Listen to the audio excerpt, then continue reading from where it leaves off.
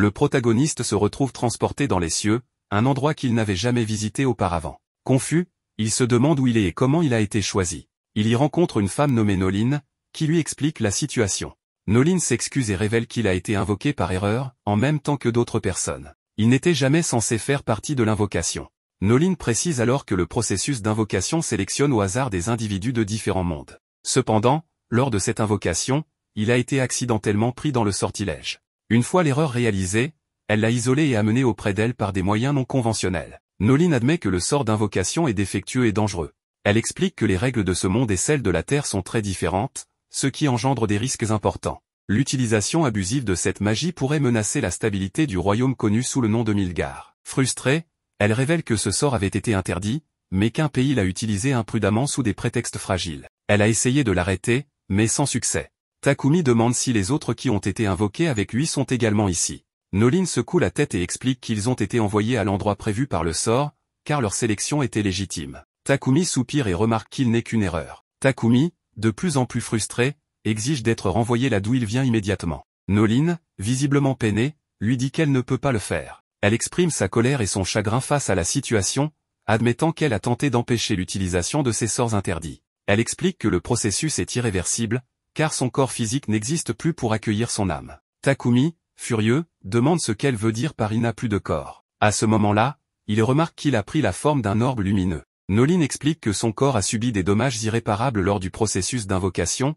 ce qui a conduit à son isolement des cibles prévues. Elle s'excuse encore une fois pour cette grave erreur. Il exige de savoir comment il est censé vivre désormais. Noline lui explique qu'il pourrait s'adapter à sa nouvelle existence et vivre ses jours à Milgar. Elle lui suggère d'accepter cette nouvelle vie, car revenir à l'ancienne n'est plus une option. Takumi demande s'il est possible d'être invoqué dans la cité sainte de Sidonia. Noline répond que c'est effectivement possible, mais l'avertit que la vie à Sidonia est semée de difficultés et peu adaptée à quelqu'un invoqué par erreur. Attristé, Takumi demande pourquoi cela lui est arrivé. Noline explique qu'il n'était pas la cible prévue du sortilège. Voulant se racheter, Noline lui propose une solution. Elle lui dit que, comme c'était son erreur, elle n'a pas pu se pardonner. Pour compenser, elle propose de l'envoyer dans un nouvel endroit, avec un nouveau corps, et de lui accorder sa bénédiction. Intrigué, Takumi demande quel type de bénédiction elle compte lui offrir. Noline explique que c'est similaire aux bénédictions que l'on trouve dans les jeux vidéo et les animés japonais. Elle suggère de l'envoyer dans un monde ressemblant à ces univers. Elle lui demande ce qu'il en pense. Takumi hésite et avoue qu'il est terrifié. Noline le rassure et lui dit simplement de prononcer le mot statut s'il veut continuer. Takumi, à contre-cœur, prononce le mot, et un écran apparaît devant lui, affichant son nom, sa profession et son âge. Il remarque que sa profession est vide et dit à Noline qu'il veut que son ancien métier y soit inscrit. Noline minimise l'importance du passé de Takumi et explique que le monde où il sera envoyé n'a pas de profession conventionnelle. Elle affiche ensuite une liste de métiers parmi lesquels il peut choisir, incluant des rôles de guerrier, des rôles non combattants et même des spécialistes en chimie, ainsi que d'autres professions uniques. Takumi lui indique qu'il ne veut pas être impliqué dans des combats ou des ennuis et préfère un métier lié à la production.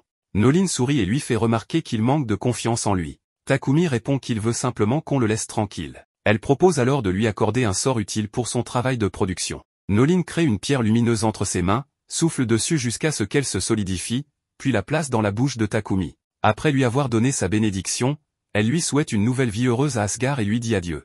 Takumi se réveille, allongé sur le sol, désorienté. En regardant son reflet dans une flaque d'eau, il réalise que son apparence a complètement changé. Curieux, il ouvre le sac qu'il a trouvé à ses côtés, découvrant des pièces, de la nourriture et un couteau. En réfléchissant à haute voix, il note que révéler son lien avec les dieux pourrait causer des problèmes et décide de garder cela secret. Déterminé à tester sa nouvelle magie, Takumi commence par utiliser des sorts d'eau, puis passe à la magie de l'air, tranchant plusieurs herbes. Enfin, il utilise la magie de la terre pour projeter des pierres sur les arbres. Enchanté par ses capacités, il continue à explorer et tombe sur un morceau rare de bois. Grâce à ses sens améliorés, il identifie le matériau comme étant précieux et capable d'être transformé en lance. À l'aide de son couteau, il le façonne habilement en une grande lance.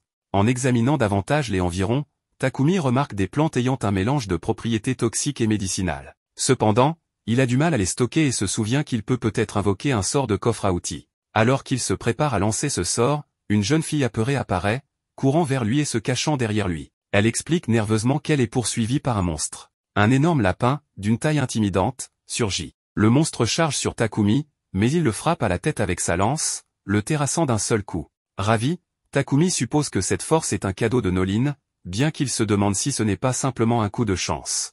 Le système lui indique qu'il est devenu un guerrier, mais Takumi rejette cela, affirmant qu'il n'a aucun intérêt à être un combattant. Se tournant vers la fille, il vérifie qu'elle n'est pas blessée et lui demande pourquoi elle s'est aventurée dans une zone si dangereuse. Elle explique qu'elle est venue récolter des herbes pour faire des médicaments et mentionne qu'elle vient du village de Bord.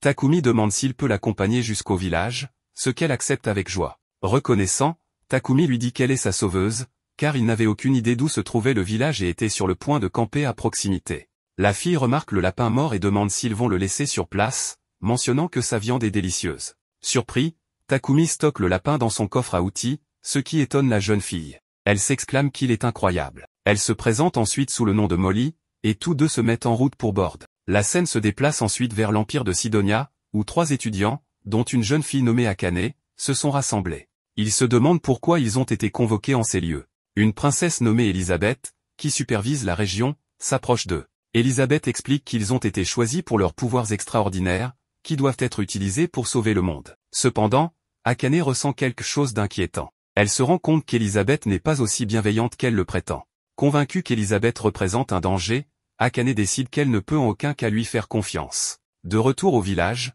Takumi est chaleureusement accueilli par le père de Molly, Banga, qui lui exprime sa gratitude pour avoir sauvé sa fille. Takumi demande s'il peut rester un moment au village, et Banga accepte avec plaisir. Il explique à Takumi que les terres ici regorgent d'herbes médicinales parfaites pour fabriquer des remèdes. L'ami de Banga, Bobon, ajoute que le village dispose également d'installations pour l'artisanat, ce qui réjouit Takumi, qui préfère ce genre d'activité. Banga informe Takumi qu'il n'y a pas de logement disponible dans le village pour l'instant, mais promet de lui en construire un. Bobon rassemble rapidement un groupe de travailleurs, et ils se dirigent vers un terrain vide. Banga s'excuse, disant que c'est tout ce qu'ils peuvent offrir pour le moment. Takumi les rassure en disant que c'est parfait et commence à utiliser sa magie pour préparer le terrain à la construction. Tout le monde est impressionné lorsqu'il crée une fondation solide, mais cet effort laisse Takumi épuisé à cause d'une surutilisation de son mana. Inquiet, Bobon lui demande s'il va bien et s'il peut vraiment utiliser la magie. Takumi répond que c'est inhabituel ici. L'ami de Bobon intervient en disant que pas du tout, tu es impressionnant tel que tu es. Ensemble, ils continuent à construire une grande maison. Takumi réfléchit à sa nouvelle vie et remarque la chance qu'il a d'avoir des compétences en menuiserie et en forge, qui l'aident à meubler la maison. Cependant, il décide qu'il est temps de changer de profession et choisit de devenir alchimiste et forgeron. Avec beaucoup de cuivre et de fer à sa disposition, Takumi expérimente ses capacités. Grâce à sa magie, il transforme avec succès du fer brut en lingots de métal solide sans utiliser de fourneau. Émerveillé par ce succès initial, il continue à raffiner les matériaux restants. Pendant ce temps, Molly rend visite à Takumi et frappe à sa porte. Ne recevant pas de réponse, elle l'ouvre et trouve Takumi effondré sur le sol. Alarmée, elle crie à l'aide. Takumi reprend conscience et explique qu'il s'est surmené en utilisant trop de mana, ce qui lui a causé des nausées. Martha, la mère de Molly, le réprimande pour ne pas avoir pris soin de sa santé. Banga donne à Takumi une boisson énergétique pour restaurer son mana. Se sentant revigoré, Takumi reprend son travail, fabriquant divers lingots et même des objets ménagers tels que des ustensiles et des outils. Plus tard, il rejoint Bobon dans la fabrication d'armes et utilise sa magie de feu pour forger une nouvelle pièce. Bobon est stupéfait et déclare que c'est la meilleure création qu'il ait jamais vue. Takumi demande à Banga des potions de guérison pour essayer d'en fabriquer lui-même. En tentant de les reproduire, il remarque que ces potions diffèrent en couleur et manquent de puissance. Déterminé à perfectionner ses compétences, il s'aventure dans la forêt pour goûter diverses herbes. Malheureusement, l'une d'elles se révèle toxique, provoquant une douleur intense. Utilisant un sort de guérison, il parvient à soulager la plupart de la douleur mais reste faible, peinant à se tenir debout. Alors qu'il récupère, une créature massive connue sous le nom de sanglier blindé apparaît derrière lui. Serrant fermement sa lance, Takumi se prépare à se défendre. Le sanglier charge, et Takumi lui lance un couteau, mais l'attaque échoue. Le sanglier continue à avancer, forçant Takumi à attaquer de nouveau avec sa lance. Cependant, la peau dure du sanglier rend la lance inefficace, et elle se casse sous la pression. Le sanglier frappe Takumi, l'envoyant voler et le laissant momentanément incapacité. Alors que le sanglier se prépare à charger de nouveau, Takumi panique, incertain de quoi faire. Il tente alors la magie de la terre, lançant des rochers sur le sanglier, mais la créature reste impassible. Il essaie la magie du vent, mais cela n'a aucun effet. À court d'options, Takumi entend un faible murmure derrière lui. En se retournant, il aperçoit une grande araignée venimeuse blessée à proximité. Ne sachant comment procéder, Takumi essaie de se concentrer, mais le sanglier charge à nouveau. Avant que le sanglier ne puisse frapper, l'araignée intervient, créant une barrière de toile qui détourne la trajectoire du sanglier. Bien que la toile le ralentisse, le sanglier reste en grande partie indemne et se prépare pour une autre attaque. Désespéré, Takumi peine à trouver un plan. Dans un moment de clarté, il se souvient de ses compétences en alchimie. Lorsque le sanglier charge une fois de plus, Takumi utilise ses capacités pour se propulser dans les airs. Depuis les hauteurs, il lance une attaque puissante visant la tête du sanglier, le tuant enfin.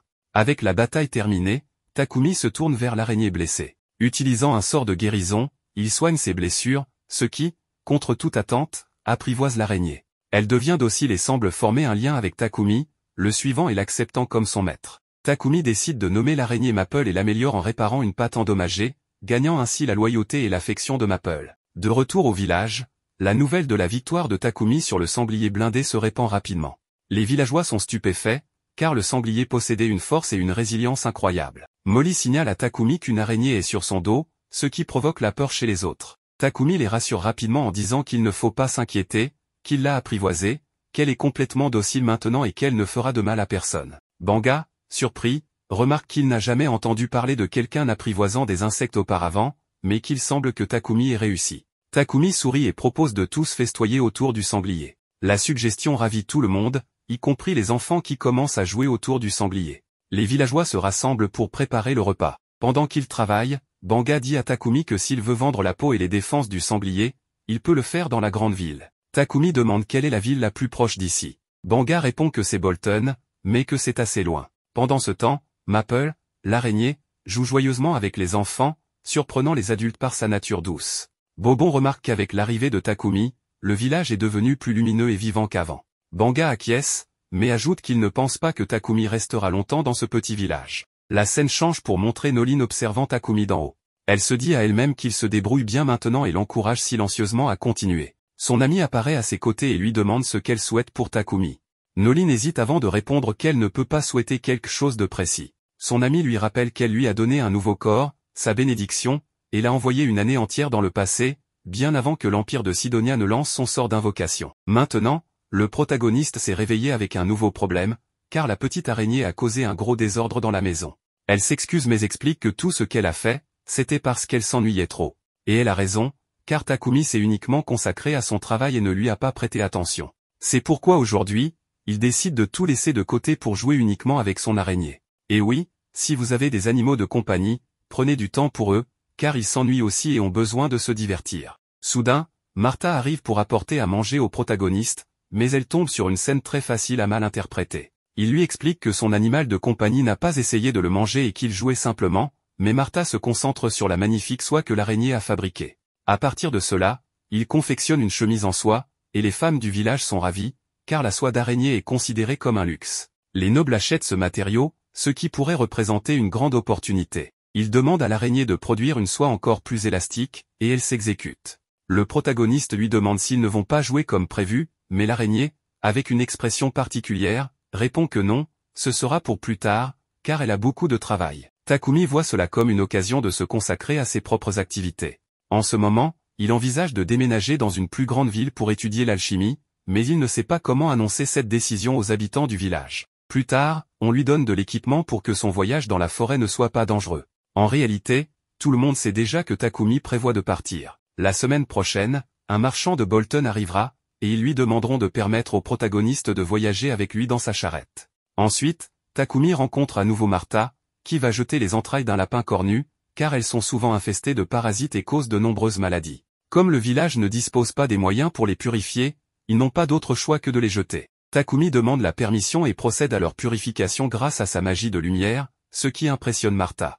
Elle le remercie, mais lui recommande de ne pas utiliser cette magie devant d'autres personnes. En effet, peu de gens peuvent utiliser la magie de lumière, et ceux qui le peuvent en vivent littéralement. Le protagoniste la remercie pour son conseil et se met à pratiquer sa magie de terre, érigeant des murs pour laisser le village plus sécurisé, avec quelques commodités supplémentaires. Finalement, le marchand arrive et se présente au protagoniste. Il s'appelle Papek et semble très aimable. C'est l'heure du départ, mais avant cela, Takumi informe qu'il a laissé environ 100 potions dans sa maison pour qu'elles soient utilisées au besoin. Curieux, Papek lui demande s'il a lui-même fabriqué ces potions. Takumi confirme, mais passe rapidement à autre chose, car c'est le moment de dire au revoir. Les femmes du village lui offrent une cape en soie d'araignée comme remerciement pour tout ce qu'il a fait. Takumi leur fait ses adieux avec beaucoup d'émotion et promet qu'il reviendra un jour, car il considère cet endroit comme son foyer. En chemin, Les autres passagers du chariot sont émus par l'affection que tout le monde porte à Takumi.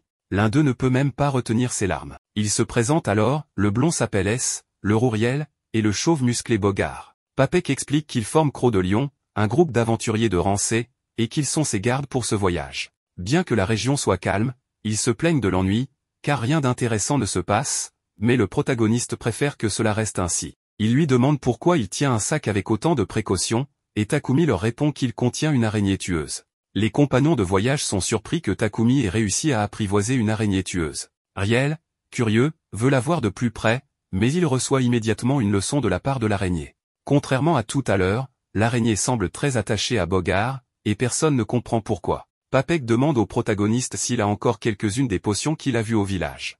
Il serait intéressé à lui en acheter. Takumi accepte sans problème, mais la scène est soudain interrompue, des monstres apparaissent enfin sur le chemin. Il s'agit de gobelins. Les aventuriers demandent à Takumi de rester dans la charrette pendant qu'ils les affrontent. Bien qu'ils ne soient pas les combattants les plus expérimentés, ils parviennent à éliminer tous les gobelins assez rapidement. Les aventuriers récupèrent ensuite les pierres magiques à l'intérieur des gobelins. Pendant ce temps, l'araignée continue d'encourager Bogart pour une raison mystérieuse. Après cet incident, le voyage reprend, et, au bout de 3 jours, ils arrivent enfin à la ville de Bolton. La première chose que fait Takumi est d'accompagner les aventuriers au guild pour qu'ils déposent leur rapport de mission d'escorte.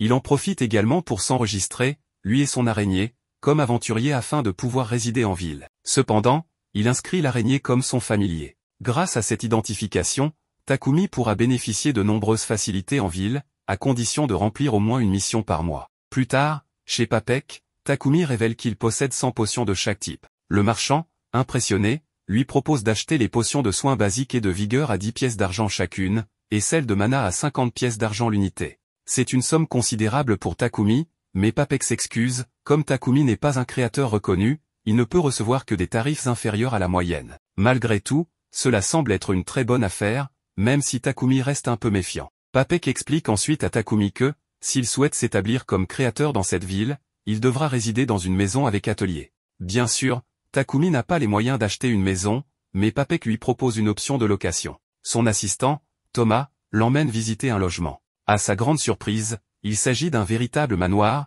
disponible pour un loyer de 1 pièce d'or et 50 pièces d'argent par mois. Ce prix est relativement abordable, compte tenu du fait que Takumi pourrait gagner beaucoup d'argent grâce à ses créations. L'araignée se réveille et demande où il se trouve. Takumi lui répond qu'ils sont dans leur nouvelle maison. Il décide alors de s'installer ici. En parcourant la ville, Thomas lui explique que les démarches administratives seront finalisées le lendemain. Cependant, Takumi remarque une forte odeur désagréable dans certains quartiers. Thomas lui explique que cela provient des égouts, qui ne sont malheureusement pas purifiés, car les outils de purification sont rares et coûteux. Bien que des prêtres soient parfois engagés pour purifier les canalisations, cela n'empêche pas les mauvaises odeurs de persister dans certaines zones. Plus tard, Takumi commence à s'installer dans sa nouvelle maison. Il achète de l'argile chez Papek, la façonne, puis utilise sa magie pour la chauffer et créer des objets. Cette activité fait progresser ses compétences magiques, bien qu'elle consomme énormément d'énergie. Mais ses efforts sont récompensés, il réussit à aménager un bain moderne, dont il est très fier. Alors qu'il se détend, Takumi entend soudain un cri à l'extérieur. Il sort et découvre que son araignée a enveloppé Papek dans de la soie. Elle dit qu'elle le reçoit, mais Takumi la gronde en expliquant que cela ne faisait plaisir qu'aux enfants du village. Cependant, Papek ne semble ni effrayé ni contrarié. Au contraire, il est si détendu par la douceur de la soie qu'il déclare vouloir dormir pendant plusieurs jours. Takumi et l'araignée s'excusent auprès de lui, mais le vieil homme leur assure que ce n'est rien, qu'il a juste été surpris et qu'en réalité, l'expérience était très agréable. Papek exprime ensuite son envie d'aller aux toilettes. Takumi lui propose immédiatement d'utiliser son propre bain. En entrant, Papek pousse un cri et demande quel genre de salle de bain c'est. Takumi explique que c'est une toilette dotée d'un artefact capable de purifier après usage. Lorsque Papek entend le mot purifier, il demande à Takumi s'il est capable d'utiliser la magie de lumière. À cet instant, Takumi se rappelle les avertissements de Martha, personne ne doit découvrir qu'il peut utiliser cette magie. Pris au dépourvu, il supplie Papek de garder ce secret. Heureusement, Papek, en tant qu'homme d'affaires avisé, accepte de garder le silence. Cependant, il demande à Takumi de fabriquer 50, non, 100 de ses toilettes. Takumi est surpris par cette demande, mais il suppose qu'avec les bons matériaux, cela ne devrait pas poser de problème. Papek, très enthousiaste, suggère à Takumi de recruter de la main-d'œuvre. Il lui recommande même de passer par des contrats d'esclavage, expliquant que cela garantirait la confidentialité grâce à la magie des contrats. Selon lui, les talents de Takumi sont exceptionnels, et la magie de lumière est considérée comme un don divin par l'Empire sacré de Sidonia, chef de l'Église de la lumière divine. Papek poursuit en expliquant que l'Église de la lumière divine accueille les utilisateurs de magie de lumière et génère d'énormes revenus grâce à leur capacité de guérison. Ainsi, elle ne verrait probablement pas d'un bon œil que des toilettes utilisant la magie purificatrice se répandent partout. Conscient des risques, Takumi se demande si produire ces toilettes est réellement une bonne idée. Mais Papek lui assure qu'il a déjà un plan pour obtenir le soutien nécessaire et rendre le projet sûr. Papek insiste à nouveau sur l'importance de recruter au moins un esclave pour ce projet, mais Takumi refuse catégoriquement. Il n'aime pas le concept et préfère travailler seul, même si cela demande plus d'efforts. Papek n'est pas d'accord avec cette décision, mais la discussion est interrompue lorsque la carte de guilde de Takumi commence à briller. En la vérifiant, il découvre une lettre indiquant qu'il doit remplir des commandes selon son niveau avant une certaine date, dans un délai d'1 mois. Cela signifie que Takumi aura besoin d'aide pour gérer son temps. Papek l'emmène alors à la compagnie Mulan, connue comme la meilleure entreprise de serviteurs sous contrat de la ville. Bien que Takumi n'aime pas utiliser ce terme, il accepte de voir ce que propose Papek. Pendant que ce dernier s'occupe de quelques affaires, Takumi se rend dans le jardin et y rencontre une femme intrigante. Cependant, contre toute attente, elle lui ordonne brusquement de partir immédiatement. Le protagoniste entre et rencontre une femme appelée Mulan, la propriétaire de l'entreprise. Le narrateur lui mentionne qu'il est venu chercher des esclaves, mais il exprime ses réticences à propos de ce type de contrat. Mulan trouve tout cela très étrange et lui explique que ce n'est pas aussi mauvais que cela en a l'air. En réalité, les serviteurs ont certains droits, comme le logement, la nourriture, les vêtements et la sécurité. Cependant, ils n'ont pas le droit de rompre leur contrat ou de divulguer des informations sur leur maître. Takumi est surpris, car ce système semble moins cruel que ce qui existait dans notre monde il y a quelques siècles. Mulan lui explique qu'il existe plusieurs types de contrats, ceux des personnes ayant contracté une dette, qui doivent travailler jusqu'à son remboursement, ceux des criminels qui travaillent pour se réinsérer dans la société, ceux des prisonniers de guerre qui travaillent pour gagner leur vie, et ceux des individus contraints par des bandits à signer des contrats, un cas qui ressemble le plus à notre monde. Mulan demande pourquoi le protagoniste veut un serviteur. Papek lui répond qu'il vit seul et qu'il a beaucoup de travail à gérer. En tant que créateur, il a besoin de quelqu'un pour le protéger lorsqu'il collecte des minéraux, mais aussi pour faire le ménage et d'autres tâches similaires. Mulan comprend qu'il veut 2 serviteurs, alors elle lui présente une première candidate, Maria.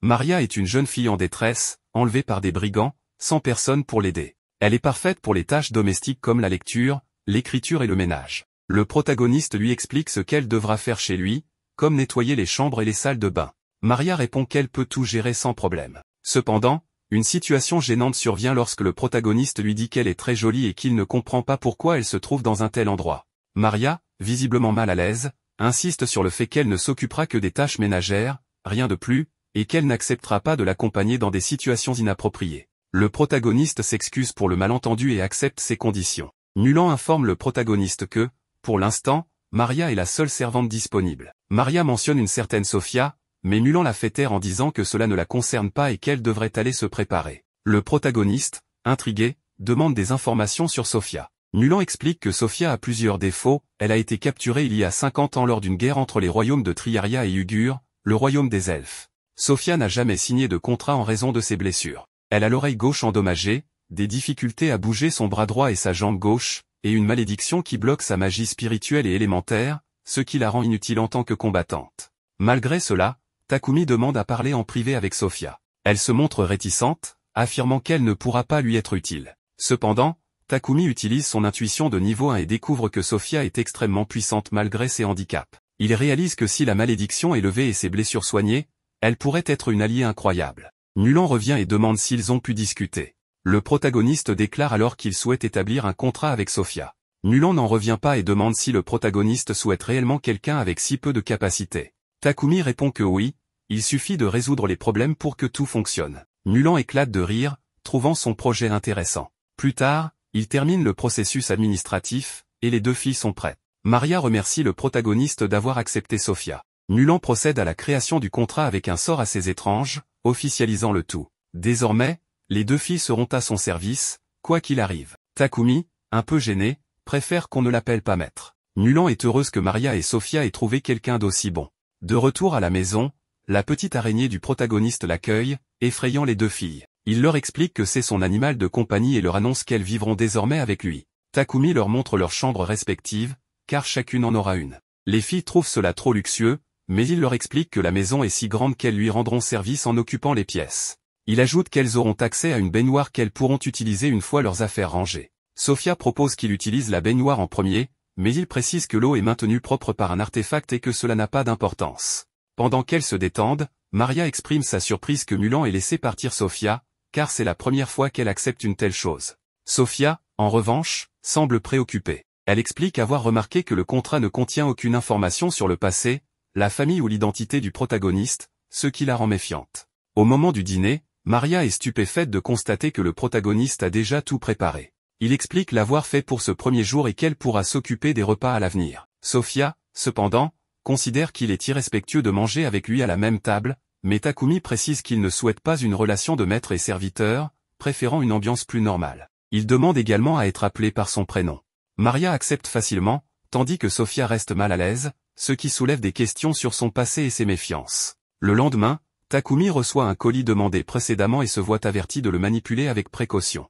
En se promenant en ville, il remarque une église inconnue et décide d'y entrer. Devant l'autel de la déesse Noline, il s'incline pour la remercier de tout ce qu'elle a fait pour lui. Il se souvient alors qu'elle avait mentionné que l'empire de Sidonia contrôlait la religion, et il s'interroge sur cette déclaration. Soudain, Noline lui répond. Elle explique que ce monde a deux religions, le créationnisme, qui la vénère, et la lumière divine, qui a inventé une nouvelle déité. L'Empire sacré de Sidonia a activement travaillé pour donner de la puissance à cette nouvelle religion et s'oppose directement au créationnisme. Noline précise qu'elle n'intervient pas dans les affaires humaines, ce qui a permis à Sidonia de recourir à des invocations de personnes d'autres mondes, comme Takumi, bien que cela n'ait pas été son intention initiale. Noline avertit Takumi que son soutien ne sera pas éternel. Avec le temps, ses réussites faciles diminueront, et il pourrait rencontrer des personnes aux intentions malveillantes.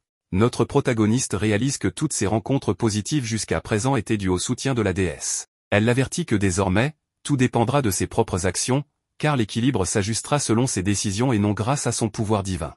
Dans l'empire de Sidonia, le roi s'enquiert de l'entraînement des héros invoqués. On lui rapporte qu'ils progressent bien et, malgré leur confusion initiale, la princesse Elisabeth a su les convaincre de soutenir l'empire. Akira et Yamato, en plein entraînement, peinent face à un adversaire redoutable. Yamato, submergé par le souvenir d'une défaite passée, redouble d'efforts pour ne plus revivre ce sentiment d'échec. Pendant ce temps, un vieil homme encapuchonné demande à Akane, une autre héroïne invoquée, de rejoindre l'entraînement. Elle refuse, déclarant qu'elle n'aime pas la violence. Elisabeth lui explique que ce n'est pas de la violence, mais un moyen de sauver le monde. Akira promet de protéger Akane, mais celle-ci reste méfiante envers la princesse. Revenons à Takumi, il est accueilli comme d'habitude par son araignée. Sofia remarque un colis qu'il manipule rapidement et décide de l'espionner. Elle le voit travailler sur une arme et une potion, mais lorsqu'il mentionne Maria, elle intervient brusquement, l'accusant de comploter contre cette dernière. Dans l'action, elle s'évanouit, épuisée et blessée à la main gauche. Takumi soigne Sofia avec difficulté et,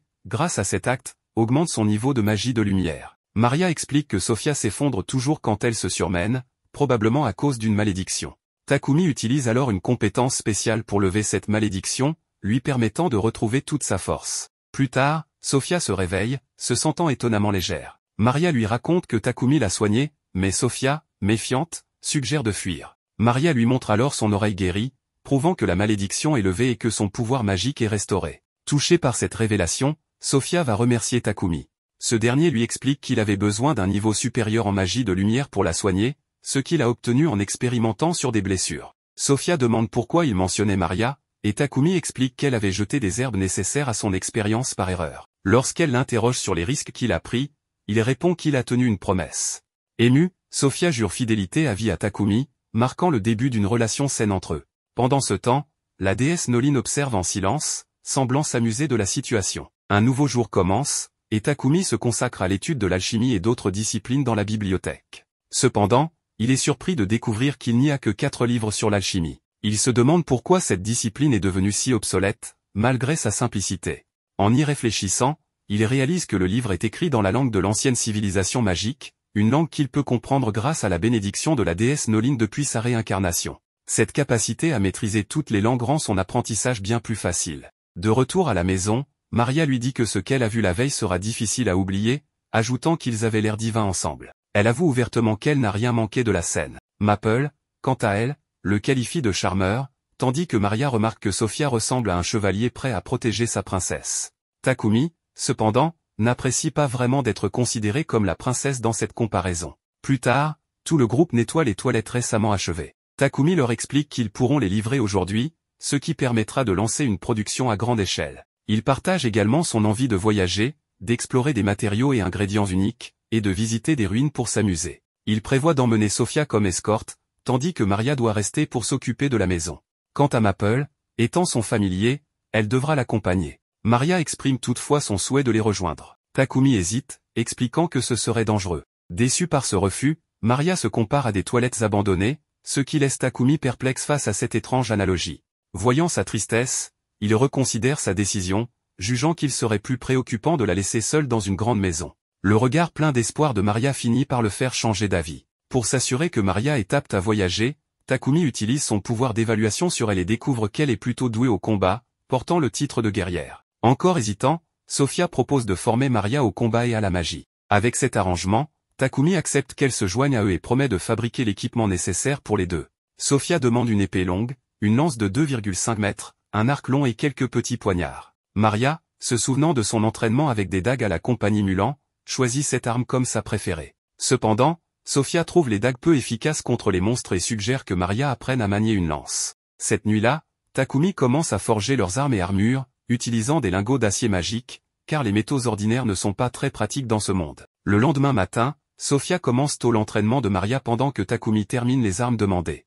La complexité de la tâche améliore considérablement ses compétences et épuise son mana. La lance de Sofia est ornée d'un motif d'aile, tandis que celle de Maria arbore un motif de flamme. Les deux sont enchantés avec des propriétés d'amélioration des dégâts et de réparation automatique. Les dagues de Maria, conçues pour être attachées à ses cuisses, mettent Takumi mal à l'aise rien qu'en y pensant, tandis que Maria ressent inexplicablement un frisson dans les jambes. Ayant besoin de mesures précises pour leurs équipements mais ne pouvant les demander directement, Takumi utilise son pouvoir d'évaluation pour créer des mannequins des deux jeunes femmes. Bien que pratique, il trouve le résultat quelque peu indécent.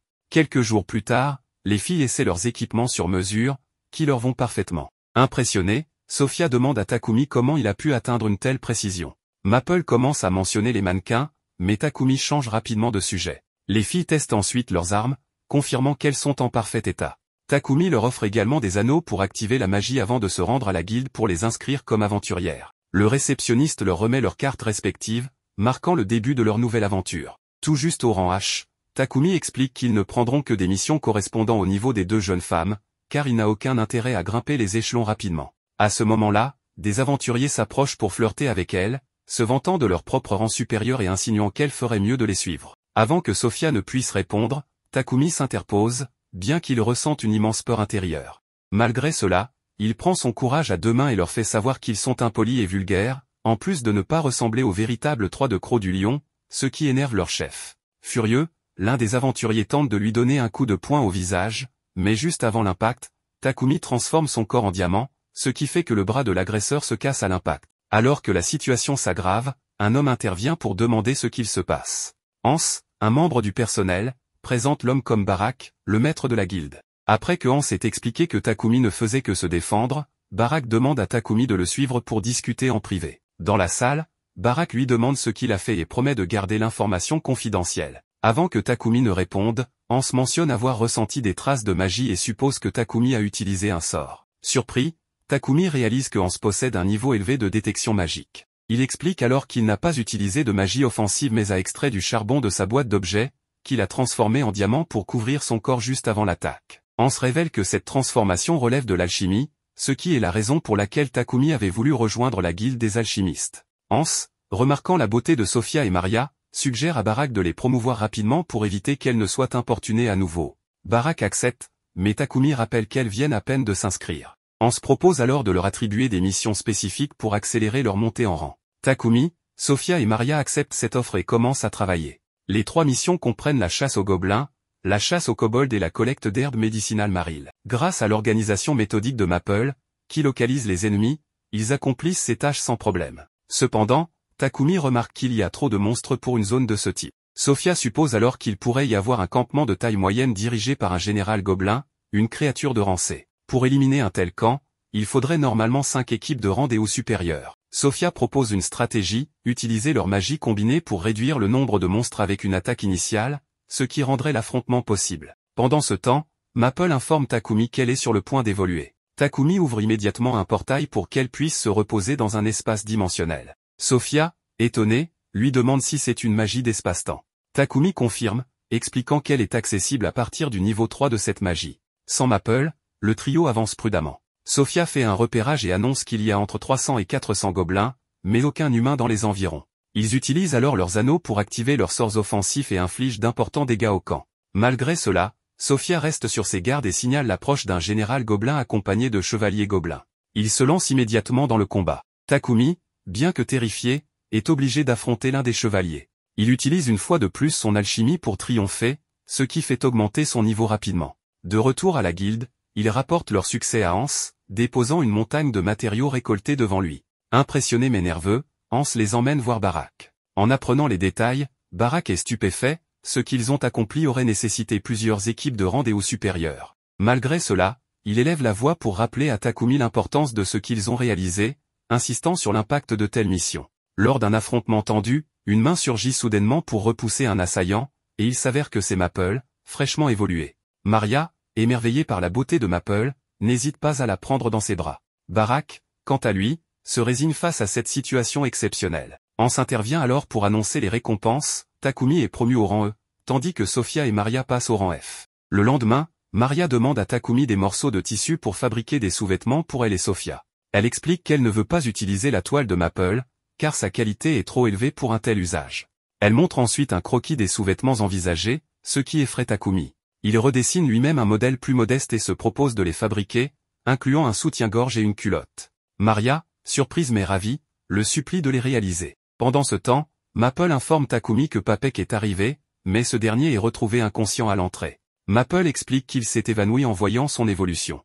Après s'être remis, Papek informe Takumi que le margrave Godwin, seigneur de Bolton, souhaite le rencontrer, probablement à cause des artefacts purificateurs qu'il a conçus, notamment les toilettes magiques. Takumi se souvient que Papek avait mentionné son soutien en cas de conflit avec l'Empire sacré de Sidonia. Lors de leur rencontre, Godwin exprime son admiration pour les artefacts, soulignant leur potentiel à améliorer l'hygiène et à prévenir les épidémies. Il remercie Takumi pour son invention ainsi que pour l'élimination de la menace Goblin, un acte également apprécié par le commandant local. Cependant, Godwin met en garde Takumi contre Sidonia, qui pourrait prendre des mesures imprévisibles. De retour chez lui, Takumi se consacre à la création des sous-vêtements pour Sophia et Maria. Après plusieurs jours d'efforts, il parvient à les terminer, bien qu'épuisé et ressemblant à un cadavre ambulant en raison de l'énergie magique dépensée. Sans réfléchir, il leur propose de les essayer, mais, réalisant l'implication de sa demande, il change immédiatement d'avis et s'enfuit, gêné. Maria le traite de poule mouillée, ce qui pousse Sophia à la gronder pour son impolitesse,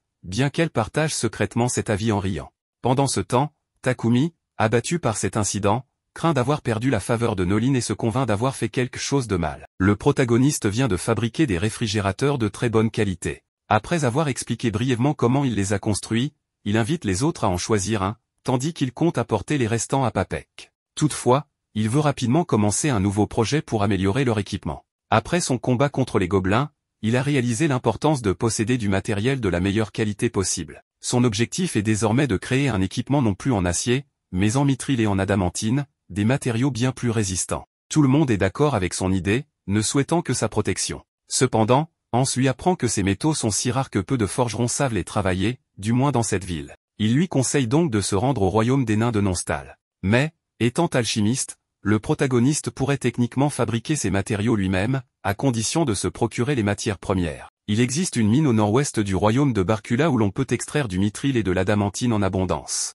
Le problème, c'est qu'il ne pourra y accéder sans être membre de la guilde des forgerons. Heureusement, Hans lui révèle une astuce, en acceptant une mission pour éliminer des monstres dans la mine, il pourra y entrer sans problème. C'est alors que Barak surgit avec une bonne nouvelle, il n'y a presque plus de bois de Trint à Bolton, et le protagoniste pourrait s'en charger. Grâce à son pouvoir de manipulation de l'espace-temps, il peut transporter les ressources facilement. La mine étant proche de la forêt, il pourra accomplir plusieurs tâches en même temps. Par ailleurs, un forgeron a demandé une escorte pour son voyage jusqu'à Aura. Takumi doit l'accompagner, ce qui lui donne l'impression qu'on lui en demande un peu trop. Mais Barak lui promet qu'en échange, il montera au rang D, et ses camarades au rang E.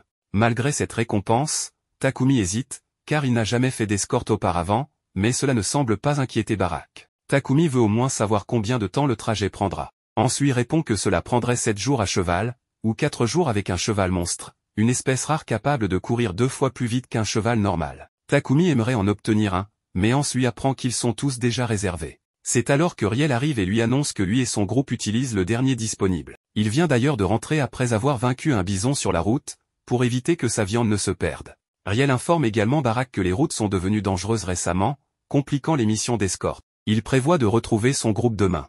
Takumi en profite pour l'inviter chez lui afin qu'il puisse se laver et se reposer, ce que Riel accepte volontiers. Avant cela, Takumi se rend chez Papek. Ce dernier, après avoir appris la mission du protagoniste, lui prête une carriole de sa compagnie ainsi qu'un cheval monstre afin qu'il puisse revenir plus vite. Évidemment, en tant qu'homme d'affaires, il pose une condition, Takumi devra lui vendre en gros une partie des ressources qu'il extraira. Ce dernier accepte sans problème. Papek lui demande également de fabriquer d'autres réfrigérateurs à son retour, appréciant énormément leur efficacité. Pendant ce temps, à la maison, l'elfe commence à s'inquiéter de l'absence prolongée de son maître, car il se fait tard. Takumi, de son côté, rentre en compagnie de Riel, après avoir questionné plusieurs forgerons sur leur capacité à travailler le mithril et l'adamantine, sans succès. Soudain, Riel ressent une présence hostile et se précipite avec Takumi pour l'affronter. Malheureusement, ils ne parviennent pas à l'identifier immédiatement. Peu après, ils découvrent qu'il s'agissait de Sofia, qui a mal interprété la situation. Convaincue que Riel représentait une menace, elle voulait l'éliminer. Finalement, elle réalise son erreur et s'excuse. De retour chez Takumi, Riel est surpris par le nombre de filles qui l'entourent. Il est particulièrement affecté en voyant que Maple a évolué, et en plaisantant, il lui dit qu'elle ne l'aime plus. Riel est déprimé, tous ses amis sont en couple ou mariés, et il est le seul à être encore célibataire. Le protagoniste tente de le rassurer en lui expliquant que les filles qui l'entourent ne sont que ses servantes. Riel essaie alors de séduire l'une d'elles, mais échoue une fois de plus, car elles sont entièrement dévouées au service de Takumi. Pendant que le pauvre homme prend son bain, Takumi informe ses compagnons de sa nouvelle mission. Tous sont d'accord, et ils se préparent à partir dans 3 jours. Le lendemain matin, ils font leurs adieux à Riel, et Takumi lui demande de saluer les autres de sa part. De retour à son laboratoire, Takumi examine une gigantesque épée en tungstène qu'il aimerait modifier, car elle est trop encombrante pour être maniée efficacement. Toutefois, l'arme semble résister à sa transformation plus que prévu. Takumi n'a pas d'autre choix que d'y mettre toute son énergie pour finalement la soumettre. Grâce à ses efforts, il parvient à forger 2 nouvelles épées, des drainantes de mana, dont la puissance et la netteté augmentent à mesure qu'elles absorbent du mana. Même s'il a vidé ses réserves d'énergie magique, le résultat en valait largement la peine. 3 jours plus tard, le moment du départ est arrivé. À l'intérieur du chariot se trouve des Jambeaux, le forgeron qui a demandé une escorte. Ravi d'être sous la protection de Takumi, il se sent en sécurité. En chemin vers Ora, Maria se révèle être une excellente conductrice de chevaux. Pendant ce temps, on s'informe Barak que la section de Ora a envoyé un rapport inquiétant, les monstres de la forêt de la mort sont plus actifs que jamais. Malheureusement,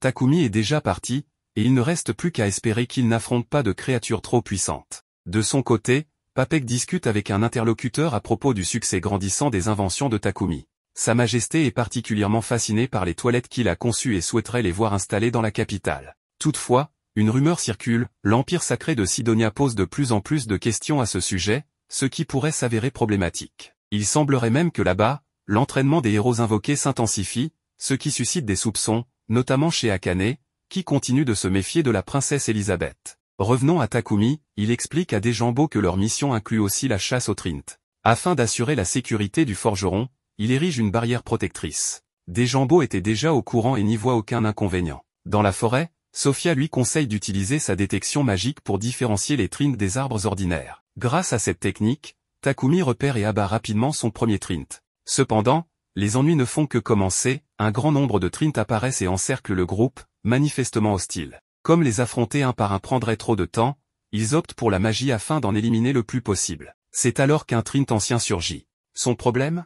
Il se régénère à une vitesse impressionnante, rendant les attaques classiques inefficaces. Sofia suggère à Takumi d'imbiber son épée de magie de feu, tandis qu'elle-même utilise la magie spirituelle pour l'affaiblir. Profitant de l'ouverture, Takumi assène le coup fatal. Une fois vaincu, le Trint ancien laisse tomber des pommes miraculeuses, extrêmement rares et réputées pour leurs bienfaits. Le groupe décide d'en ramasser pour que Maria puisse préparer un plat spécial. Après quelques jours de voyage supplémentaires, ils atteignent enfin Ora.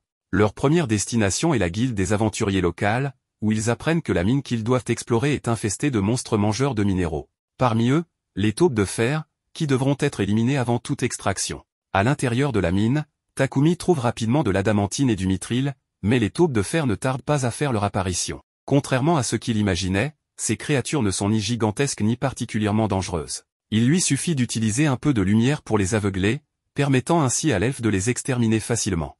Puisqu'elles vivent dans l'obscurité totale, leur plus grande faiblesse est évidente, la lumière les paralyse complètement. Tous sont impressionnés par la facilité avec laquelle les taupes de fer ont été vaincues. Maria, en revanche, est déçue au point de pleurer, elle espérait participer au combat, mais n'a même pas eu l'occasion de bouger un doigt. Heureusement, tout s'est parfaitement déroulé, et ils sont rentrés sains et saufs. De retour, Takumi se rend à l'atelier de Dejambo afin d'apprendre les bases de la synthèse et de la forge des alliages de mithril et d'adamantine. Fort de ses nouvelles connaissances, il expérimente en combinant du mithril, du fer magique, des écailles de salamandre et des pierres magiques broyées. Le résultat? Une arme courte dotée de l'élément feu.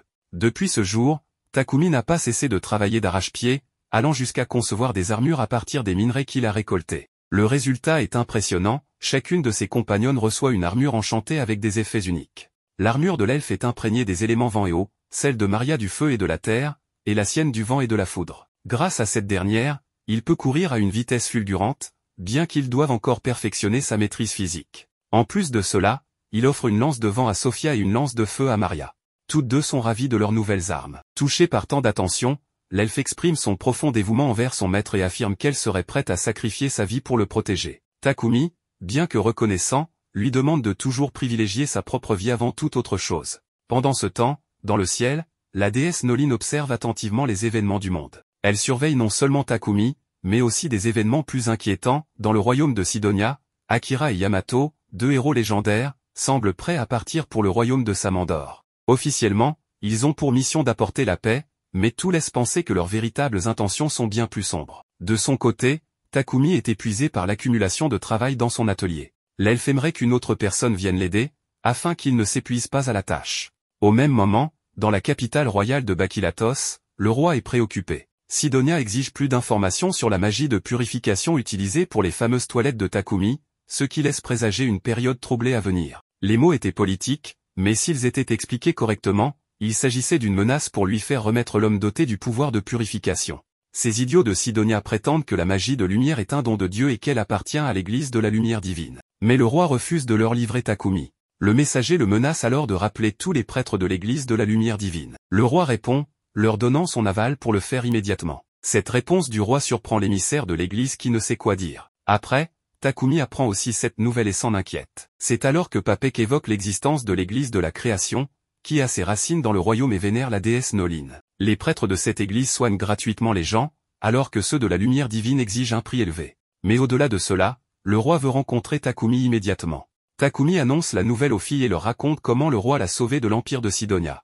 Ils ont une semaine pour se préparer, et la calèche tirée par un monstre mettra 7 jours pour atteindre la capitale. Pendant ce temps, Maria commence ses achats, mais elle taquine Sophia car elle a remarqué que cette dernière est tombée sous le charme de Takumi. De son côté, Takumi se rend à nouveau auprès de Nolin.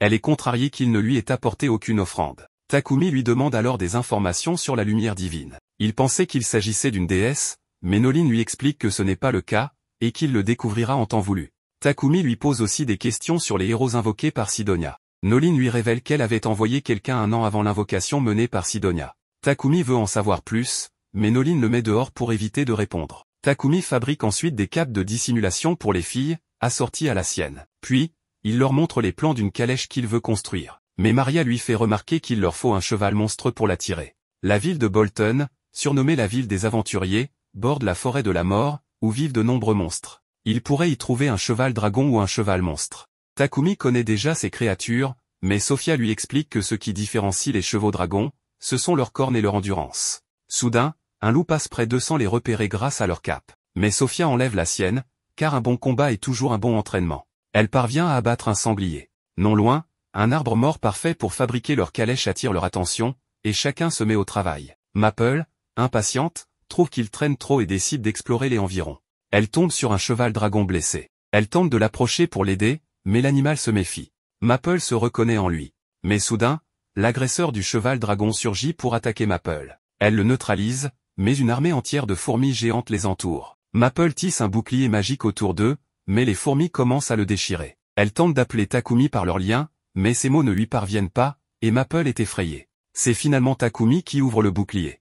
Il réalise que Maple l'a tissé si parfaitement qu'il bloque même la circulation du mana. Il a senti son lien avec elle s'affaiblir et s'est précipité pour l'aider. Mais le cheval dragon s'évanouit en activant son instinct d'autodéfense, empêchant Takumi de le soigner. De plus en plus de monstres approchent, alors Takumi envoie Maple et le cheval dragon dans sa dimension de poche.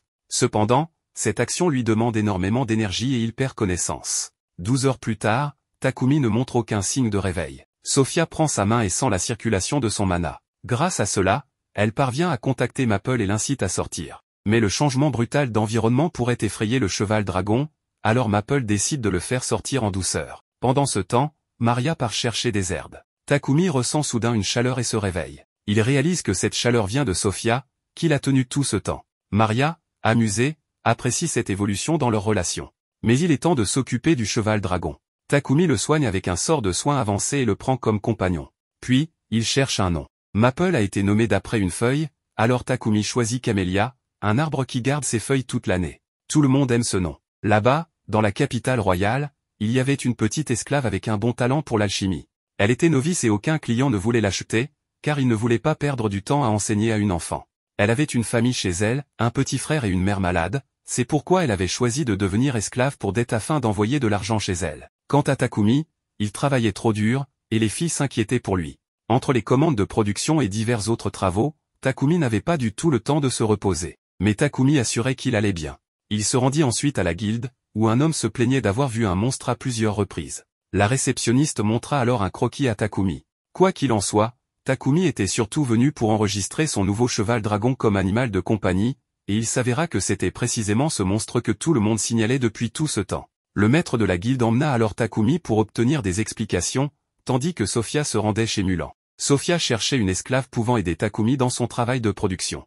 Cependant, Mulan n'avait à ce moment-là aucune esclave possédant des compétences en alchimie. Elle remarqua cependant que Sophia avait changé. Puis, Maria croisa Sophia, et elles discutèrent du fait que Takumi semblait très fatigué ces derniers temps. Les filles voulaient alléger son fardeau. Au cours de leur conversation, Sophia plaisanta un peu sur la cuisine, et même Maria remarqua que Sophia montrait désormais un côté plus doux. Par la suite, elles allèrent chercher Takumi à l'atelier du forgeron, mais il dormait comme une bûche. Cela montrait à quel point il était épuisé. À ce rythme-là, Takumi ne tiendrait pas longtemps. Peu après, la caravane de rêve fut achevée, mais les filles furent choquées par l'intérieur du véhicule. Takumi avait utilisé la magie spatiale pour agrandir l'espace intérieur, y ajoutant même des toilettes et une cuisine. C'était une réalisation incroyablement impossible, pour être honnête. Ils firent alors un essai de roulage à pleine vitesse, mais à l'intérieur, ils ne ressentirent aucun choc. Cependant, Takumi demanda à Maria si elle pouvait penser à des ajustements. Elle suggéra d'ajouter des lames à la caravane, la rendant ainsi utile en cas d'apocalypse zombie. Ils rencontrèrent ensuite le groupe du Croc du Lion, car Takumi les avait engagés pour l'accompagner jusqu'à la capitale, où ils demandaient à rencontrer le roi. Le marquis Bolton apparut également. Ils furent invités à découvrir le confort de la caravane. Papek, un négociant né, y vit un véritable trésor commercial et imagina immédiatement les profits qu'il pourrait tirer de la vente d'un tel véhicule. Il s'enthousiasma un peu trop, au point que Bolton dut le calmer. Cependant, Bolton lui aussi apprécia grandement la caravane. Il laissa entendre à Takumi qu'il la désirait vraiment et proposa même 100 pièces de platine pour l'acheter. Takumi fit un rapide calcul et réalisa qu'il venait de décrocher le jackpot. Bolton voyait en Takumi un grand avenir. Mais un immense talent attire aussi l'attention, en particulier celle de l'Empire de Sidonia. Dans ce royaume, on enseigne à la population que la déesse a d'abord créé les humains, puis seulement après les autres espèces comme les hommes-bêtes, elfes et nains, les plaçant ainsi en dessous des humains. Finalement, Takumi et son groupe arrivèrent sains et saufs à la capitale royale. Toutefois, Riel et son groupe se sentirent inutiles, car tous les monstres qu'ils auraient dû affronter avaient déjà été éliminés par Takumi et son équipe. Ils s'arrêtèrent dans un hôtel, où Papek suggéra à Takumi d'offrir la caravane au roi pour se faire bien voir et démontrer son talent. Il pourrait toujours en construire une nouvelle une fois rentré chez eux. Mais Takumi répondit qu'il pouvait en fabriquer une nouvelle en 5 jours, avant l'audience avec le roi. Concernant l'assistant, Sophia avait entendu parler de Burton, un marchand d'esclaves réputé et digne de confiance. Les filles insistèrent pour que Takumi achète un nouvel esclave afin de l'aider dans son travail de production. Takumi affirma qu'il allait bien, mais Sophia lui rappela qu'elle avait juré de le protéger. Elle ne pourrait rien faire s'il mourait d'épuisement. Face à cet argument, Takumi accepta. Les filles insistèrent alors pour qu'il prenne une femme comme assistante. C'est ainsi qu'ils se rendirent chez Burton tôt le matin et lui expliquèrent leurs critères. Même Burton avait déjà entendu parler de Takumi et de ses compétences, il savait donc qui choisir. Pendant ce temps, Maple annonça qu'elle voulait visiter le bâtiment et partit. Mais après cela, elle fut introuvable. Sophia savait que cela poserait problème et se mit immédiatement à sa recherche. C'est alors que Maple croisa une fille qui se figea de peur en apercevant un monstre. Sophia réprimanda Maple avant de rassurer la jeune fille. Celle-ci s'attacha instantanément à Sophia.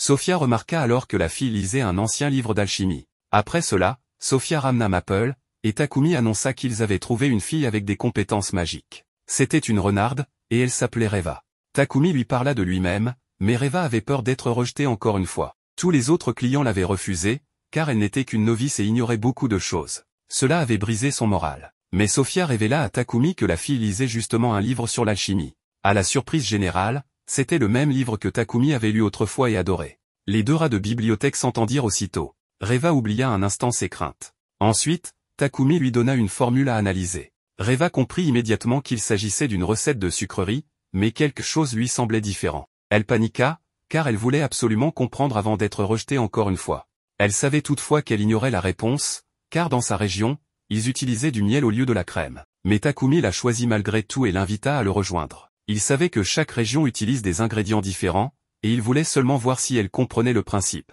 Reva fut reconnaissante, mais demanda à ce que son salaire soit envoyé chez elle. Cependant, si elle envoyait tout son salaire, elle ne pourrait jamais se libérer de son contrat d'esclave. Mais elle voulait un avenir meilleur pour son petit frère et soigner sa mère. Alors, Sophia lui dit qu'une fois qu'elle aurait appris tout ce qu'il fallait, elle pourrait gagner sa vie toute seule. Après cela, Maria et Maple accueillirent chaleureusement Reva, qui vit qu'ils étaient tous des gens bien. Mais pendant ce temps, le roi de Sidonia apprit que le roi de Barcula avait refusé de leur livrer Takumi. La princesse suggéra alors d'attendre l'invocation des héros, puis de répandre la rumeur selon laquelle le roi de Barcula manquait de respect à un élu de la lumière afin de manipuler l'église.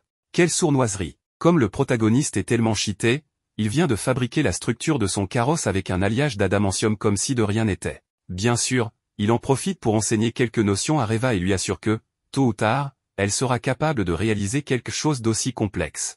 Le jour de l'audience, un vieil homme demande au protagoniste si ce carrosse lui appartient. Takumi répond que c'est un cadeau pour le roi, mais il s'avère rapidement que ce vieillard est en réalité le roi lui-même, nommé Lobo. Le protagoniste ne s'y attendait pas du tout. Quant à ces deux-là, ils étaient morts de peur à l'idée de rencontrer le roi dans la salle d'audience. Lobo explique qu'il voulait voir le célèbre alchimiste et le remercier sans trop de formalité, car il n'aime pas ce genre de choses. Il le remercie donc personnellement pour avoir résolu le problème des égouts. Takumi pense qu'un roi ne devrait pas s'incliner devant lui, mais Lobo estime qu'il devrait organiser un banquet en son honneur, lui offrir de l'argent, voire même un titre. Ce serait évidemment une excellente récompense, mais cela lui attirerait aussi des ennuis inutiles. Takumi le remercie, soulagé de voir que le roi est une bonne personne et qu'il cherche à le protéger des griffes de Sidonia. Plus tard, on apprend que le roi lui a finalement donné une récompense pour ses artefacts liés aux égouts, puis il a quitté le château. Le roi et ses sujets sont un peu déçus, car les objets créés par Takumi sont incroyables. Pouvoir les exporter serait un immense atout, mais cela exposerait encore plus Takumi et la divine lumière ne resteraient pas les bras croisés. Lorsque notre groupe rentre chez lui, Takumi achète enfin la maison qu'il louait jusqu'à présent. C'est désormais officiellement son nouveau foyer, ainsi que celui de ses compagnes. Lorsqu'ils sont attablés, Takumi est choqué d'apprendre que Maria et Sophia ne veulent pas de salaire, elles se contenteraient d'une petite allocation, affirmant qu'il en a déjà fait bien assez pour elles. Takumi comprend, mais trouve tout de même cela insensé, car elles auront sûrement besoin d'argent une fois leur contrat avec lui terminé. Sophia avoue qu'elle est prête à rester à ses côtés pour le restant de sa vie, si c'est ce qu'il souhaite. Maria partage le même avis. Pendant ce temps, dans l'empire de Sidonia, la princesse examine un artefact utilisé dans les égouts de Bolton. Son espion affirme s'être infiltré à Bakilatos et en avoir volé un. La princesse est furieuse, car il semble que les responsables ne craignent pas la colère d'Anat. L'espion rapporte que certains, au sein de la divine lumière, pensent qu'il faudrait agir. Elisabeth est d'accord, il faut régler le problème à la source. Revenons à notre protagoniste. Reva lui annonce qu'elle veut s'inscrire à la guilde des aventuriers. Elle souhaite devenir une aventurière, comme Sophia et Maria, et elle veut être utile à Takumi. Pour cela, elle doit améliorer ses statistiques et sa puissance magique. Takumi n'y voit pas d'inconvénient. Peu après, on les retrouve à la guilde, où on se remet à Reva sa carte d'aventurière. Elle est ravie, d'autant plus qu'une partie de ses gains sera envoyée à sa famille. On suggère alors à Takumi de choisir un nom pour leur groupe. Après tout, à l'exception de Reva, ils sont tous de rang B ou supérieur, et ils sont considérés comme les meilleurs de la guilde. Takumi hésite, car son but n'est pas de devenir aventurier, et il ne se sent pas légitime pour porter ce titre. C'est alors que Barak fait son apparition, affirmant que s'il doute tant, il va l'entraîner lui-même. Plus tard, alors que Barak lui ordonne de choisir un nom, Takumi propose des idées absurdes, toutes inspirées des toilettes. Reva ne sait plus quoi penser. Il finit par demander de l'aide aux filles. Maria suggère Takumi et ses servantes, mais il sait que Barak exploserait de rage en entendant ça. Reva propose l'aventurier alchimiste, l'escorte, la maîtresse de maison et l'apprenti alchimiste, mais Takumi trouve ce nom trop long et inutilement descriptif. Maria, stressée à l'idée de ne pas pouvoir choisir un nom en rapport avec les toilettes, commence à paniquer. Sofia, elle, est furieuse contre Barak, car il a mis son maître dans un sale état. Elle décide d'aller l'éliminer, mais Takumi la retient, expliquant que ce n'était qu'un entraînement et que, grâce à cela, il a pu améliorer plusieurs de ses compétences. Dans l'Empire de Sidonia, 10 mois après, on assiste à un entraînement entre deux personnages. L'un critique le style de combat de l'autre, ce qui pousse Akira à lui proposer de sortir ensemble plutôt que de se plaindre. Il refuse, évoquant une esclave et son regard triste. Agacée, Akane s'en va. Elle étudie la religion de cet empire et découvre que la divine lumière prône la suprématie humaine. Pourtant, un marchand lui a parlé d'une autre doctrine, le créationnisme, qui affirme que toutes les races sont les enfants de Noline. Akane ne comprend toujours pas pourquoi elle et les autres ont été invoqués, ni ce qu'ils sont censés accomplir au nom de la paix. De retour auprès de notre protagoniste, Takumi offre à Reva une bague d'activation magique et un bâton, fabriqués avec les meilleurs matériaux, comme toujours. Il réalise alors qu'il n'a encore rien donné à Maple. Il lui offre donc un objet qui, en théorie, ne l'empêche pas d'utiliser son fil de soie, mais dont la véritable utilité lui échappe encore. Pendant ce temps, Barak attend toujours que Takumi choisisse un nom. L'elfe conseille à Takumi d'être plus attentif à ses mouvements, car Barak exploite ses faiblesses pour le vaincre. Étonnamment, elle semble désormais approuver ses entraînements. Plus tard, alors que Takumi est totalement épuisé, Hans lui propose une mission d'escorte. Barak approuve, car s'il l'accomplit, Takumi pourra monter en grade. La mission consiste à escorter Thomas jusqu'à la ville de Kilbus, ce qui prendra 4 jours aller-retour avec son carrosse. Takumi préférerait que la mission soit confiée à Croc de Lion, mais Hans explique que ce groupe est déjà parti en mission. Toutes les filles souhaitent accepter la mission, alors Takumi finit par céder. Avant de partir, Hans lui rappelle qu'il devra avoir choisi un nom à son retour. Sur la route, Thomas évoque la présence de lait et de fromage dans ce monde, ce qui enthousiasme Takumi, nostalgique des produits de son monde d'origine. À Kilbus, il goûte une soupe à base de lait et son conquis. Takumi décide alors d'acheter du lait et du fromage avant de rentrer. Le soir, lors du dîner, il apprend que le riz existe bel et bien, mais qu'il est rare. Il est frustré de ne pas l'avoir su plus tôt. Sofia lui demande pourquoi cela lui tient tant à cœur. Il répond qu'il est simplement nostalgique. Elle, en revanche, ne ressent aucune nostalgie pour son passé. Avant, elle se sentait prisonnière, mais grâce à lui, elle a l'impression d'avoir des ailes et d'être libre. Maria et les autres pensent de même. Inspiré, Takumi propose alors les ailes de Noline comme nom pour leur groupe, estimant qu'ils se donnent tous des ailes mutuellement. Tout le monde approuve. 2 jours plus tard, alors qu'ils rentrent, ils sont attaqués par des assaillants masqués utilisant un brouillard paralysant. Grâce à Maple, Takumi échappe aux effets et soigne ses compagnes. Il explique qu'il a résisté grâce à son immunité au poison et à la paralysie. Maple informe qu'elle a capturé plusieurs assaillants. Sofia suggère de faire appel à la guilde des aventuriers. Peu après, Barak envoie des hommes pour emmener les captifs et conseille à Takumi d'avertir le seigneur de la ville. Takumi lui demande si c'est grave. Barak lui répond que oui, c'est un très gros problème. Le protagoniste apprend que ceux qui ont attaqué sa maison la veille faisaient partie de l'escadron divin, une unité chargée d'exécuter ceux qui ne suivent pas la lumière divine. En d'autres termes, ce sont des fanatiques au plus haut degré, envoyés par l'Empire de Sidonia. Il semblerait que l'attaque ait été motivée par les artefacts purificateurs du protagoniste. Avant que celui-ci n'invente son système de toilettes si particulier, Sidonia envoyait des prêtres pour utiliser la magie dans le réseau d'égouts, ce qui leur rapportait beaucoup d'argent. En clair, Takumi leur a fait perdre une source de revenus considérable. Il se demande alors s'il ne devrait pas fuir dans un autre royaume pour se cacher jusqu'à ce que la situation se calme, mais Godwin lui conseille de rester à Bolton, où il sera le plus en sécurité. La ville va renforcer la sécurité et surveiller les entrées. Barak, quant à lui, réfléchit à la meilleure manière de protéger Takumi pendant ses missions.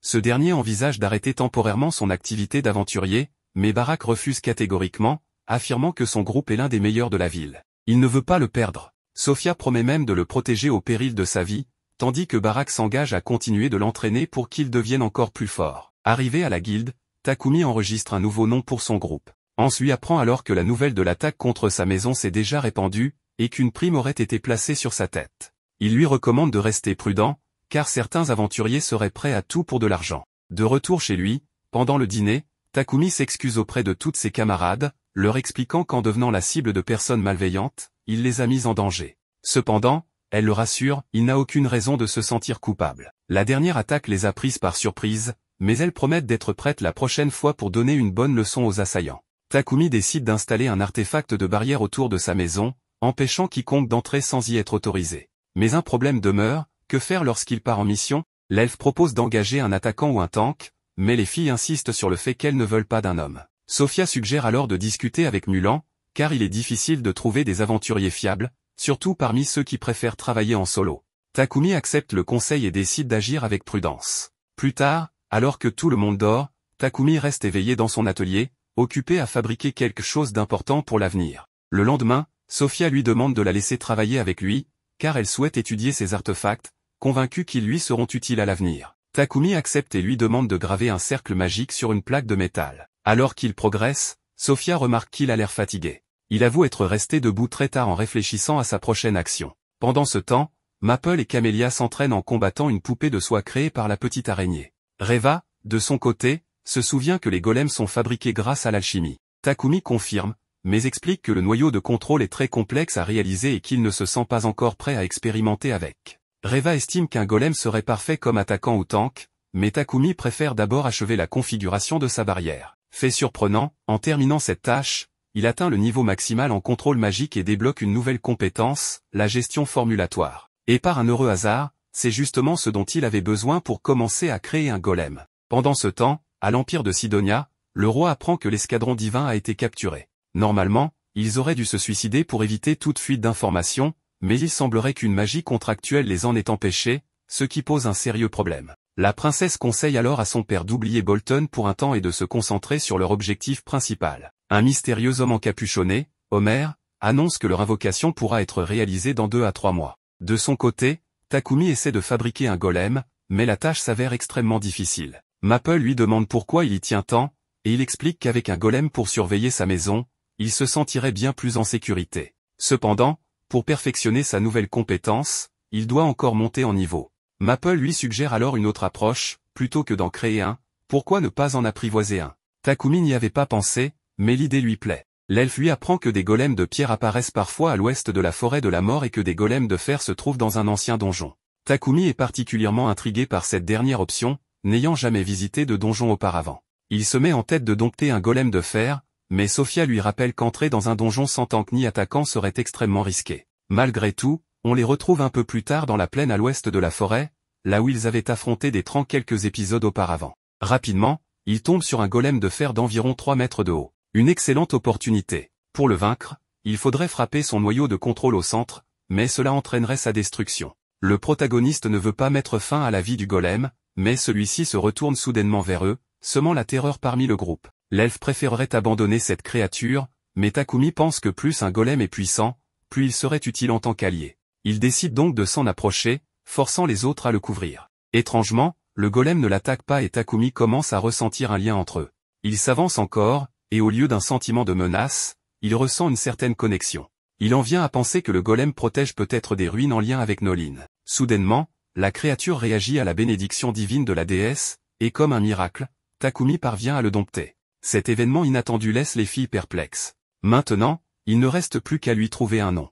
Étant donné son apparence, il décide de l'appeler Titan, en référence à la mythologie grecque. Les filles accueillent le nouveau compagnon, qui semble étonnamment amical. Takumi souhaite l'emmener chez lui, mais l'elfe l'avertit qu'entrer en ville avec un golem de cette taille provoquerait un scandale. Contre toute attente, Titan commence à se reconfigurer et adopte une nouvelle apparence. Désormais, Takumi réfléchit à un moyen de lui permettre de parler. Pendant ce temps, à Sidonia, plusieurs mois après les événements vécus par Takumi, Akane observe Akira et Yamato, qui se comportent comme des êtres supérieurs, affichant leur arrogance et profitant de leurs privilèges de héros. Cette attitude offusque Akane, qui ne comprend pas comment ils peuvent être aussi odieux.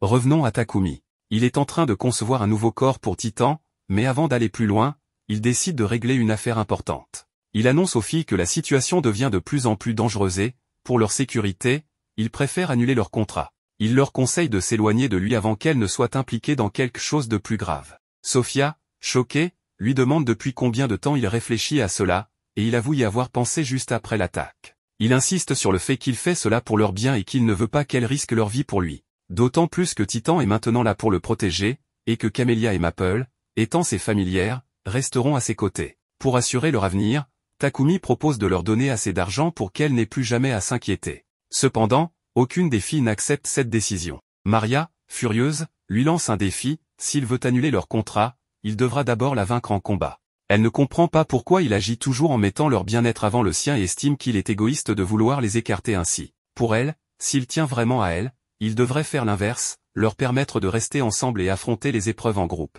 Elle lui rappelle qu'ils sont censés être les ailes de Nolin, et que s'ils se séparent, personne ne pourra voler. Ces mots touchent profondément Takumi. L'elfe tente de calmer Maria, mais lui-même se rend compte à quel point ses paroles ont été blessantes. Il s'excuse sincèrement et leur demande si elle souhaite toujours rester à ses côtés. Sophia lui répond qu'elle lui est dévouée corps et âme et qu'elle passera sa vie à ses côtés. Les autres filles partagent le même avis. Finalement, la dissolution du groupe n'aura duré que 2 minutes. Pendant ce temps, Titan a bien évolué. Grâce à l'intervention de Takumi, il est devenu un véritable Transformer, doté d'une nouvelle apparence et même capable de parler. Takumi explique que Titan possède une structure en adamantine, une armure en mithril, une masse et un bouclier comme arme, ainsi qu'une version agrandie qui le transforme en une machine de guerre redoutable. Il est absolument ravi de cette transformation. De son côté, Nolin observe tout cela, incrédule devant l'enthousiasme débordant de Takumi. Mais une nouvelle alarmante survient, des signes de l'existence d'Anat commencent à apparaître. Cela intrigue Nolin, car Anat est censé ne pas exister. Une femme mentionne que cela pourrait être dû à l'influence de la foi en la lumière divine. Pire encore, cette entité pourrait devenir un esprit malveillant et provoquer une guerre imminente. Nolin n'est pas surpris par cette perspective, mais étant limité dans ses interventions, il compte sur les actions qu'il a déjà mises en place. Et c'est là que Takumi entre en jeu, tout dépendra de lui. 1 an plus tard, nous voyons de nombreux villageois contraints de quitter leur foyer, accusant les nobles d'être partis vers d'autres terres en les abandonnant sans argent. Parmi la foule, une jeune fille bête observe la scène, bouleversée, se demandant pourquoi elle est venue dans ce monde et se remémorant une certaine tombe. Pendant ce temps, Godwyn réunit un conseil pour discuter de la situation des villageois abandonnés par leur seigneur. Il cherche un moyen de les accueillir, mais le problème est que leur nombre dépasse le millier. Il faut donc un terrain de grande taille pour les reloger. Or, la seule région adaptée est envahie par des monstres. La seule solution est donc de nettoyer entièrement cette zone. D'un autre côté, notre groupe d'aventuriers s'aventure dans un donjon classé comme l'un des plus difficiles, la forêt du roi des bêtes, de rang A. Étrangement, bien qu'il soit souterrain, ce donjon possède un ciel et une vaste forêt. Les monstres y sont plus puissants, mais cela ne représente pas un problème pour notre groupe, qui parvient à atteindre la fin en une seule journée. Cependant, en chemin, Takumi marche accidentellement sur un piège, forçant tout le groupe à fuir désespérément pour éviter d'être écrasé. En s'échappant, ils finissent par emprunter un couloir différent, où ils tombent face à un immense dragon de terre de rang S. Takumi ordonne à Maple et Titan de l'immobiliser pendant que lui et les filles combinent leurs attaques pour infliger de lourds dégâts aux monstres. Titan rejoint ensuite l'attaque, mais cela ne suffit pas. Sophia informe alors Takumi que le point faible du dragon se trouve sur son flanc. En invoquant Camélia, Takumi frappe cet endroit précis avant de lui lancer son épée dans la bouche, désintégrant la créature. De retour en ville, Godwyn rassemble le groupe et leur parle des terres vierges du sud, infestées de monstres, ce qui empêche toute colonisation. Aucun royaume ne s'y est intéressé, et dans le passé, le royaume de Toralia a tenté de les conquérir sans succès, ce qui a contribué à son déclin. Pourtant, ces terres regorgent de gisements d'adamantite et de mithril. Godwyn en vient alors au fait et demande à Takumi s'il pourrait bâtir un village dans cette région. Takumi est sous le choc, mais Godwyn insiste, car il sait de quoi il est capable. Après tout, il a construit un mur incroyablement solide en quelques heures à Bolton. Sophia intervient pour rappeler la situation actuelle de Takumi, mais Godwyn explique qu'il en est conscient et qu'il s'en veut de lui demander une telle chose. Takumi calme Sophia et, après avoir écouté l'histoire d'un village abandonné à cause de nobles corrompus, il accepte la mission. Il ne peut pas laisser autant de personnes sans abri, surtout après avoir lui-même connu cette situation. C'est une manière de rendre l'appareil. Sans perdre un instant, Takumi utilise sa magie pour construire une route pavée en quelques secondes. Ensuite, il érige un mur fortifié, creuse un fossé défensif et bâtit une véritable forteresse. Des canaux sont creusés, les arbres abattus, les monstres éliminés. En peu de temps, le chantier prend des allures de ville. Takumi envoie alors Sophia à Bolton pour prévenir les villageois qu'ils peuvent venir s'installer. À leur arrivée, ils n'en reviennent pas, il n'a fallu que 10 jours pour préparer un endroit capable d'accueillir plus de 1000 personnes. Les chariots se mettent en route, transportant les réfugiés, dont la jeune fille bête. Certains murmurent qu'ils sont envoyés là pour combattre les monstres, mais lorsqu'ils arrivent et voient les gigantesques murailles, ils sont stupéfaits. Takumi les accueille, et un chevalier lui demande ce que sont ces constructions. Takumi explique que les murailles protègent contre les monstres, le château est destiné aux futurs dirigeants, et les maisons aux habitants. Le chevalier réagit en affirmant qu'il ne s'agit pas d'un simple village,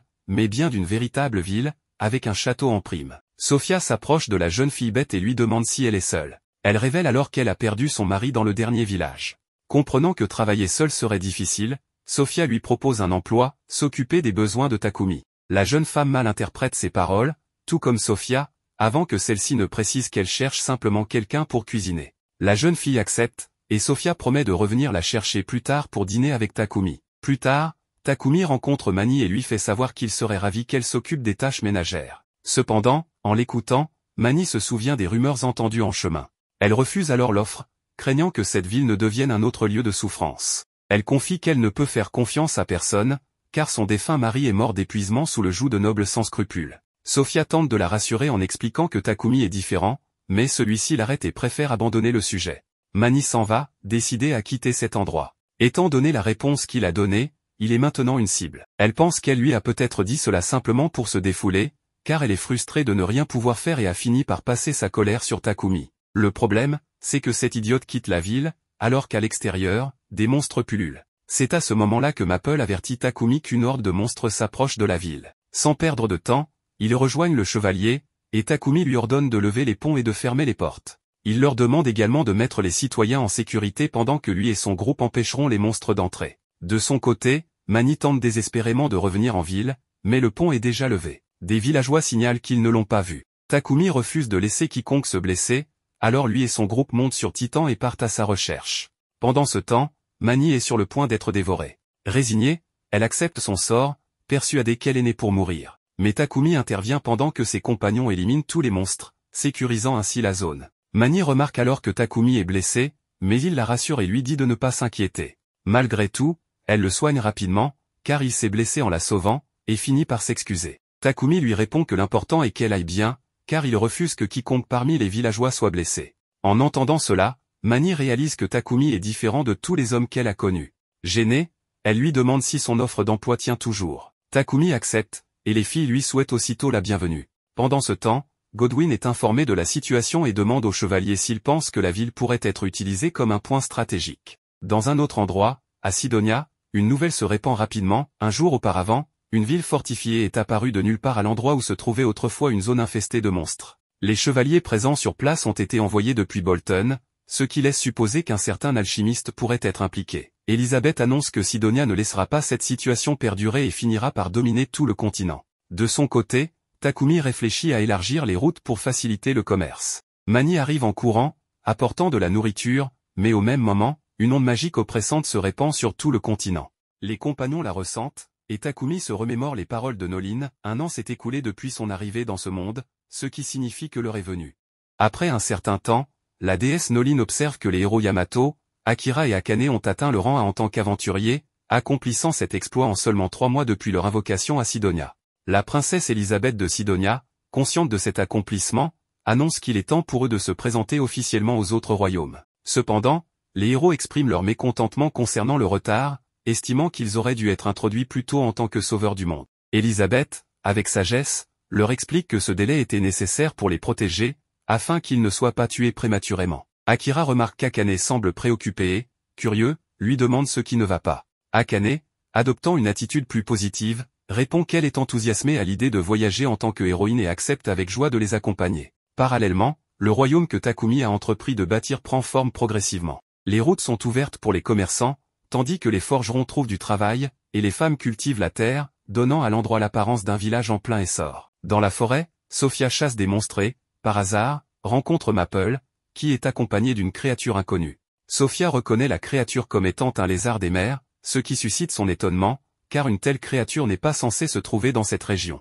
Elle retourne immédiatement au village pour rapporter la situation. En observant de plus près, Sophia remarque une diversité croissante de monstres dans la région, ce qui l'amène à conclure que les créatures des territoires voisins se déplacent peu à peu vers leur région. Takumi, intriguée, se demande ce qui cause ce phénomène. Bien qu'elle n'ait pas encore de preuves concrètes, Sophia émet l'hypothèse que la fluctuation de mana, ressentie il y a 3 mois, pourrait être liée à ce phénomène, notamment son impact sur les monstres. Takumi, après avoir entendu cette hypothèse, se souvient de ce qu'il a appris de Noline et en déduit que le rituel d'invocation des héros pourrait être la cause de ces événements. Plus tard, le chef des chevaliers se rend auprès de Takumi pour l'informer qu'il a reçu une mission de baraque. Takumi lui demande si quelque chose d'inhabituel s'est produit à Bolton, mais le chef répond qu'il n'y a rien d'anormal. Bien qu'une rumeur ait commencé à circuler dans le royaume, les héros seraient enfin arrivés au Saint-Empire de Sidonia. En entendant cette nouvelle, Takumi et les filles rentrent chez eux, se questionnant sur la raison pour laquelle les héros sont apparus précisément dans le Saint-Empire de Sidonia. Maria estime qu'il s'agit d'un signe positif, suggérant que la déesse a invoqué les héros pour corriger les politiques erronées de Sidonia.